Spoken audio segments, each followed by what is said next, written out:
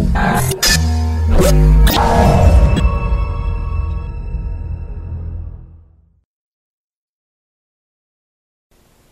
up, guys? Welcome back to another episode of Mastering Body Language with me, the Body Language Noob. Today I'm going to be discussing the new series that I'm going to start, and it's going to be called the Truth Detection series. And the reason why I'm calling it the truth instead of lie is because I feel like body language needs to be about analyzing body language needs to be about finding the truth. Using body language to find lies is okay, but the goal of finding all of those lies the end goal should be to find the truth. And that's why I want to call it the Truth Detection series. I have a feeling it's going to bite me in the ass because lie detection series would probably catch on to people more, but I just don't feel right calling it lie detection series, so it's going to be Truth Detection series. In the first episode of the Truth Detection series, we're going to be talking about pacifiers. Pacifiers, not the things that babies use, but pacifiers are things that make people feel more comfortable in stressful situations, much like an arm cross, but a pacifier is more of a gesture that is in extreme stress, when we're under extreme stress or we're in an environment that's extremely negative. So a pacifier, let's see if you can catch me doing a pacifier.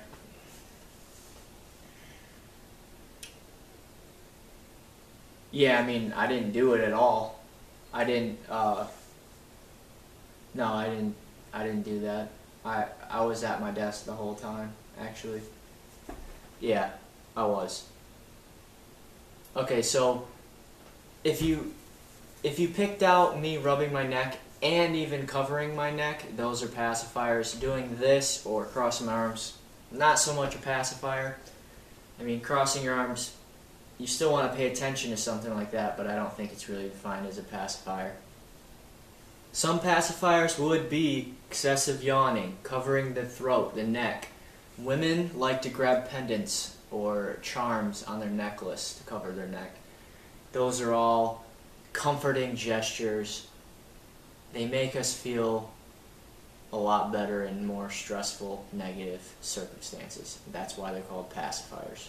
Much like a pacifier makes a baby stop crying. Pacifiers are also known as adapters because they make us feel a lot better after a bad experience. So maybe if you almost got in a car accident and you see someone just rubbing their neck, it could be because they hurt their neck, but it also could be that they're just trying to comfort themselves. They're using adapters to make themselves get over the bad experience that they just had. Much like arm crossing,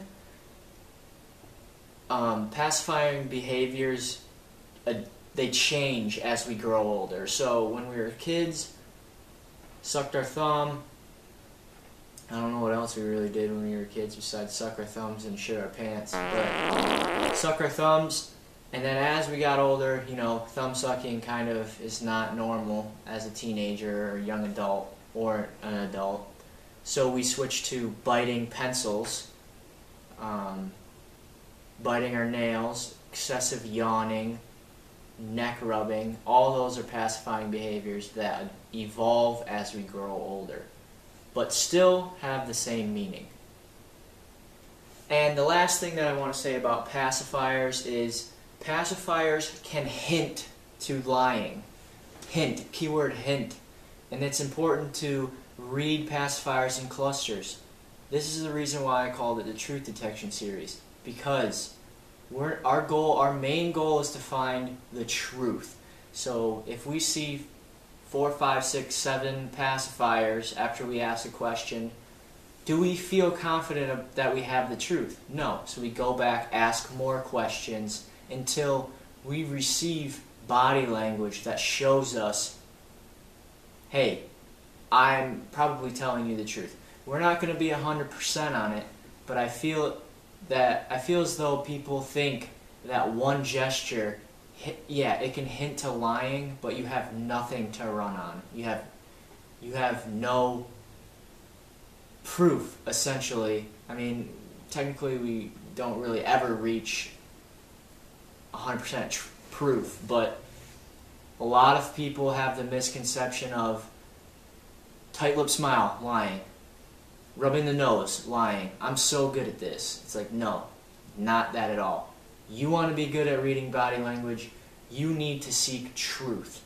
So if I'm sitting down in a situation and someone's asking me a lot of questions, and let's say I'm asking someone else a lot of questions, and I see 4, 5, 6 pacifying behaviors or gestures, I don't feel comfortable that I have the truth. It's my job to ask questions to the point where I see truth.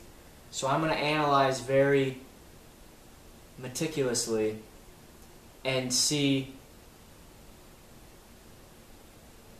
what kind of behavior is making me feel confident on the truth. And if I see 1 or 2 pacifying behaviors, I know that switching up from what I said earlier to what I said then would be a lot better. I'm sorry if you can't follow me when I talk. My thoughts are always all over the place, but I try to keep them kind of straightforward, I guess. But in the end, your goal is to find truth, not find lies, and that's why I called it the Truth Detection Series. Next episode in the series, we're going to be talking about the most honest body part in body language. And if you know it already, leave a comment on what it is. And don't go look it up. Try to guess what you think the most honest part of your body is, and I'll be checking the comments. This pretty much ends the episode. It's pretty easy. I promise the other ones will be a lot more in depth.